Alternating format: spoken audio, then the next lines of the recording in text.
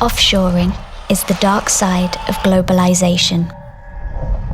Money, goods, waste, energy, people, all offshored to avoid laws, taxes, rules, regulations. Activities are hidden by secretive new networks, digital technologies, complex legal and financial structures, high security, and the vast, lawless oceans. States move powers offshore, create new physical and digital borders, set up camps, military, waste, pleasure, torture, finance. Offshore tax havens are used by almost all big companies and high net worth individuals. Income, not spent where it is generated, depletes local economies, contributes to global poverty.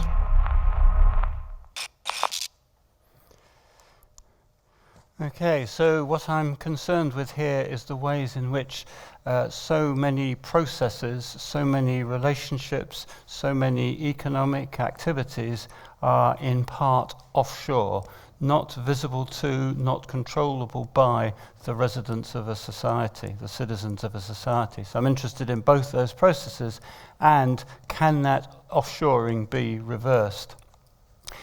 In the 1990s, there was a great deal of optimism about the processes of global change. A famous book by Kenichi Omai called Borderlessness examined and advocated such a world without significant and pervasive borders. And this borderlessness, it was said, would involve the free flow of ideas, of people, investments, industries, a little bit like the ideas animating the TED events. And some of the processes in that period were famously the collapse of the Soviet regime, following the fall of the Berlin Wall, the development of global news reporting 24/7, the spread of financial trading, again 24/7, following the so-called Big Bang in financial markets, the invention of the web, by Tim Berners-Lee, and the whole proliferation of web and also of mobile communications, and also very importantly the spreading of new modes by which travel and transport was organized. New business models generated what's often called the EasyJet generation.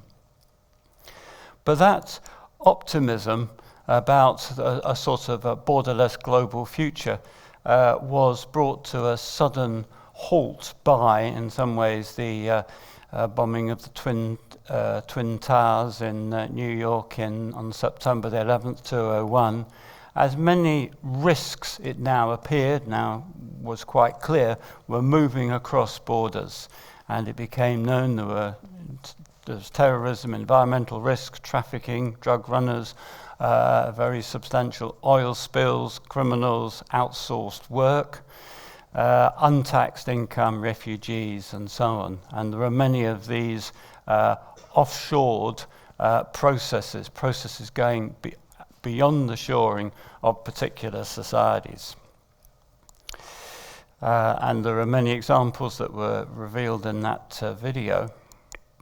One of the elements which is very significant was the offshoring of energy, so that almost all societies in the world are hugely dependent upon energy sources that are no longer local, but are from often where the energy source travels huge distances along pipes and tanker routes and so on. Taiwan, for example, imports 98% of its energy. China, the sort of manufacturing center of the world, has only 2 weeks of oil available to it, and if there was anything that stopped that for a relatively short period of time, that would have very dramatic consequences for the world. There has been the offshoring of military power and forms of surveillance, and the proliferation of new kinds of drone technology, where the drones can get small close and personal, being able now to land on a windowsill, for example. Also, there's been what we might call the sort of development of offshore worlds of leisure and pleasure. Things like the Olympic Games, which is a tax haven for a temporary period of time, or of places far from the prying eyes of friends and family as to what sorts of pleasures can be undertaken offshore, out of sight. At the same time, much work, and this has become very well established, has been offshored to places, to environments which are secret, and in a way systematically secret, not merely incidentally secret.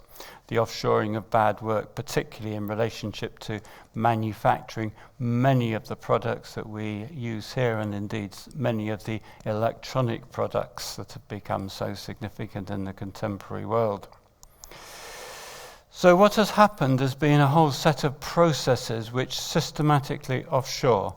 There's the offshoring which is illegal, getting around rules and regulations. There's the offshoring which goes against the spirits of the law, such as forms of tax avoidance, although these may be technically legal. And then often there's the using laws from one context in another, which then undermines those laws elsewhere. Much of the kind of maritime practices, which in the vast lawless sea is particularly significant. Indeed, the Earth's surface is mostly water, and offshoring depends upon all kinds of water worlds, of what we might call the power at sea and the power of the sea. And offshore, off land, is where many rules and regulations are evaded, over the horizon, out of sight. And if you stand at the water's edge, you can only see something like 3 miles, the rest of the ocean, and places where rubbish is dumped, taxes may be avoided in small Caribbean islands, where there are ships which are registered in forms which are very surprising in these sorts of flags of convenience, ship registries. One of the largest of those ship registries actually is the Mongolian ship registry, which of course Mongolia is one of the largest landlocked countries in the world. So the effect of this is that resources, practices, peoples and monies are moved elsewhere to often secret offshored enclaves. And in a rather brilliant book called Treasure Islands, Nicholas Shaxson describes how offshore is how the world of power now works. And in relationship to tax, which is one of the most dramatic ways in which this issue has become highly visible, something like 60 or 70 contemporary societies are in some way or another tax havens, often also described as secrecy jurisdictions. And this has a list of some of them, including perhaps the premier tax haven of all, that is Switzerland, which for 100 years has had a particular kind of place in global power. Many also have nice beaches. And one of the interesting places with nice beaches is Dubai. These are some images of Dubai, the world's tallest building, the world's only 7-star hotel. It's claimed that the world's largest ever party took place in Dubai at the opening of a new hotel complex. It's also extended its beaches and is a major tax haven. And this scale of money that goes offshore is really on an astonishing scale, from some billions in the 60s and 70s to currently something like 21 or so trillion US dollars. And that's a sum equivalent to a third of the world's income. So this is not incidental, it's a sort of systematic feature. Half of world trade passes through tax havens. Most, as been said, of the 100 largest companies use offshore subsidiaries, often some having hundreds of offshore subsidiaries. I think Goldman Sachs is the record breaker here with about 2,000 offshore subsidiaries. And fewer than 10 million people own 21 trillion offshore fortune. But interestingly, this has not been unresisted. And there are many forms of ways in which there has been critique and revelation and a kind of process of shaming of these many forms of avoidance offshored. And some of these are on this slide. And I think overall what happens is that societies are fundamentally weakened through offshoring processes, both kind of directly and through the extensive forms of income and wealth inequality that they contribute to.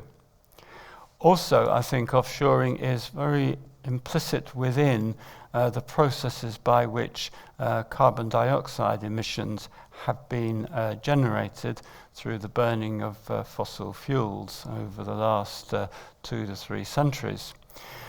And it's been calculated that the world's richest 500 million people, which I guess includes quite a lot of us in this room, are currently responsible for about half of CO2 emissions. So it's a kind of directly related to issues of global climate. And one of the reasons why this is important is because of the ways in which extra goods and services are bought and consumed by this richest 500 million people, which are sort of unnecessary. They're wasted and yet come to produce more CO2 emissions.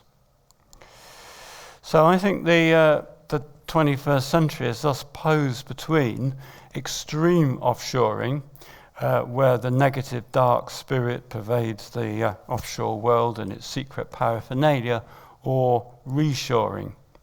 And I'll just mention a few examples of the sorts of policies that might be pertinent to developing a reshored world. One of those would be country-by-country reporting for the taxing of income earned by corporations. At the moment, that is not the case, although there are schemes to develop country-by-country reporting, so that, roughly speaking, a corporation would be taxed on the activities which it generated within each country. Secondly, a so-called proximity principle, which a little bit applies, that is that waste products, various kinds of waste, and modern societies are huge waste producers, should be disposed of as close as possible to where that waste has been generated. Thirdly, I think there's a really significant importance of the practice of whistleblowing, and of course that's very much in contemporary debate and discussions, to reveal secret worlds. Some less marked division of labour, more localising of the production and consumption of goods and services. And finally, we might think that there are significant opportunities of 3D printing to produce goods as close as possible to where they are needed, such as the 3D printed TEDx. So there are interesting possibilities, and a kind of programme of work to reverse offshoring, to my mind, is really necessary.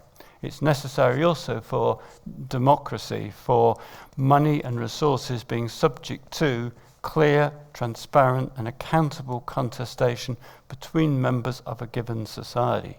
That seems so obvious, but all the sorts of processes I've been referring to undermine that possibility. And an interesting writer on this topic says what we should do is go back onshore, reattach to the body of society in league with nature, where freedom must move people together and not push them apart. Thank you.